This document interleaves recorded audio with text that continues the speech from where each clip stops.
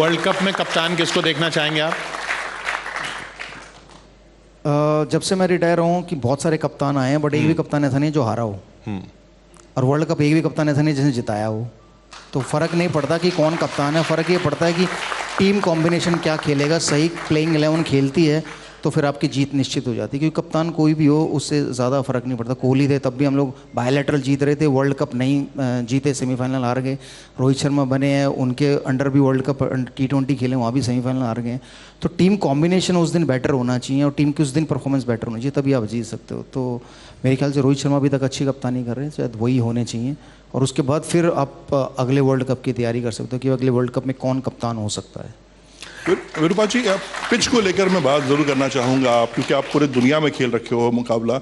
हर बार ये होता है कि इंडिया में आके टर्निंग पिच, ऑस्ट्रेलिया कहती कि नहीं अच्छी पिच बननी चाहिए।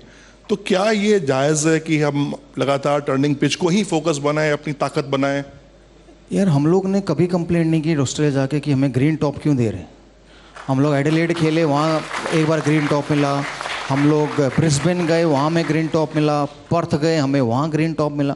सो हमारी तरफ से एक बार भी स्टेटमेंट नहीं आया यार फेयर विकेट होनी चाहिए जी, या फ्लैट विकेट होनी चाहिए, या बैट्समैन के लिए विकेट होनी चाहिए। तो मुझे ये समझ में आता, जब वो टीमें यहाँ आती हैं तो वो क्यों कंप्लेंट करती हैं। सो एटलीस्ट आपको क्रिकेट खेलना है तो आप अपनी स्किल्स, आपकी बैटिंग की स्किल है तो आपको स्पिन और फास्ट दोनों खेलने आनी चाहिए।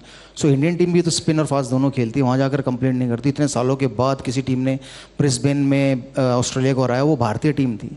अगर हम लोग कंप्लेंट करते तो हम लोग वो मैच नहीं जीत पाते, टेस्ट मैच। तो ये तो होम एडवांटेज है और होम एडवांटेज का फ़ायदा होना चाहिए।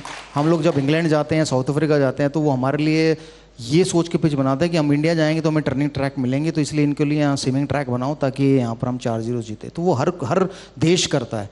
तो बट क्या है कि जब इंडिया में आके खेलते हैं ना, तब वो कंप्लेंट ज़्यादा होती हैं। आप इंग्लैंड, ऑस्ट्रेलिया, साउथ अफ्रीका खेले तो वहाँ कंप्लेंट नहीं होती। वहाँ कभी क्या हम उनकी कंप्लेंट ज़्यादा सुनते भी हैं? प्लेयर लोग नहीं सुनते, हाँ, बट मीडिया ज़रूर सुनता है। क्योंकि मीडिया को सबसे ज़्यादा जो अटेंशन मिलती है वो थोड़ी नेगेटिव न्यूज़ पे मिलती है, और जब ये कंप्लेंट होती है तो नेगेटिव न्यूज़ ही एक तरह। पहले हमारा सिस्टम ऐसा था कि हम बड़े ऑ में रहते थे कि वाह कोई फॉरेन कोच आएगा। आपने भी फॉरेन कोच के साथ काम किया, तो अब तो वो सिलसिला फाइनली ख़त्म हो गया, ये मान लिया जाए? मैं BCCI में नहीं हूँ तो ये बता नहीं सकता फाइनली वो ख़त्म हो गया नहीं हो गया, लेकिन ये ज़रूर है कि मैं हमेशा ये मानता था कि हमारे देश में भी उतने ही अच्छे कोचेज़ या प्लेयर हैं जो इंडियन टीम को मैनेज कर सकते हैं, तो हमें फ़ॉरेन कोच की ज़रूरत नहीं है। बट जो मुझे, जब मैं खेल रहा था तो मैंने 2-3 बार पूछा ये सवाल अपने सीनियर से कि भाई जॉन राइट के बाद क्यों हम लोग दूसरा फ़ॉरेन कोच चाहते हैं।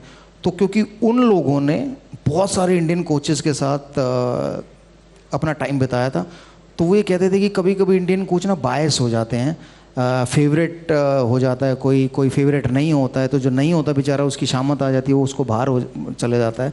तो फ़ॉरेन कोच आएगा सबको एक निगाह से देखेगा, ऐसा उनका मानना था। बट एक्चुअली फ़ॉरेन कोच भी आकर सबको एक निगाह से नहीं देखता, उसके भी फेवरेट होते हैं।